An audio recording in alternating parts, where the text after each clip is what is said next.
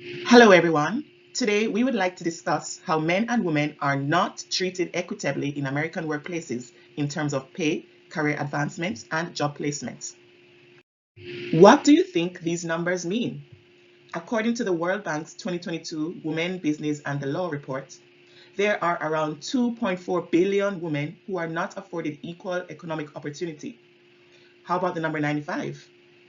There are also 95 countries that do not guarantee equal pay for equal work.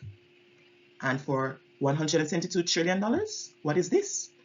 This is the global gap between men and women's expected lifetime earnings.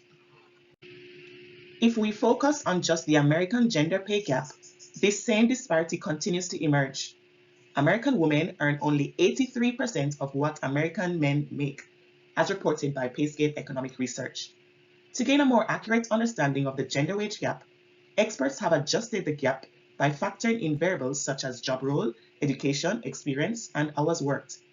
After making these adjustments, American women earn between 95% to 99% of what American men make. Although a 1 to 5% difference seems trivial compared to a 17% pay gap, it still remains a significant concern.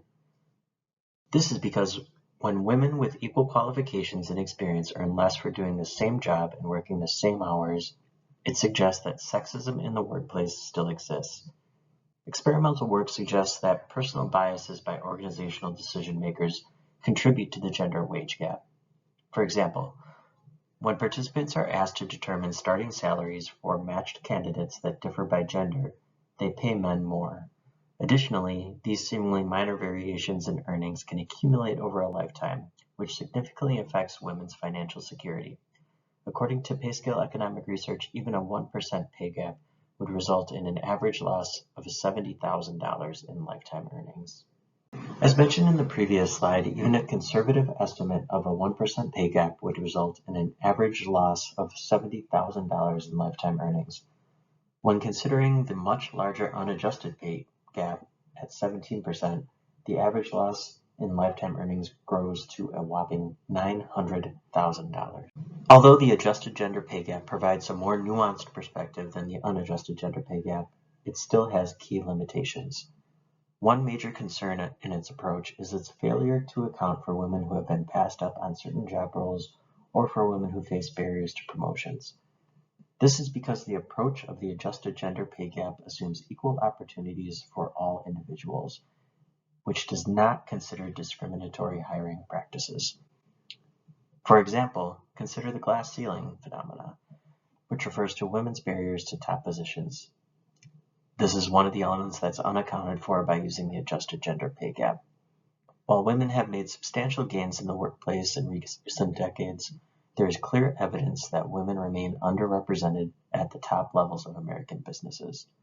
According to recent research from Catalyst, women currently hold only 41 or 8.2% of CEO positions at S&P 500 companies. In this graph, we can see how these barriers to career advancement are reflected in both the unadjusted and the adjusted gender pay gap.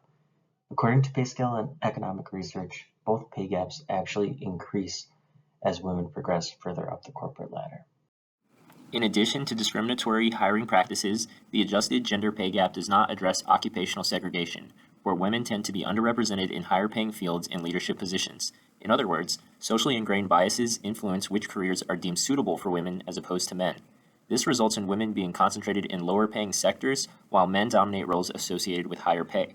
For example, women are more likely to be in positions of service, education, and healthcare, whereas men are more likely to be in positions of problem-solving and wealth management. The adjusted gender pay gap doesn't account for these differences, while the unadjusted gender pay gap of 17% does. In conclusion, in terms of pay, career advancement, and job placement, men and women are treated inequitably in American workplaces. Both the unadjusted and adjusted gender pay gaps highlight different aspects of workplace gender inequality. The unadjusted pay gap sheds light on the initial disparities between men and women, while the adjusted pay gap provides insights into the factors that influence differences in earnings.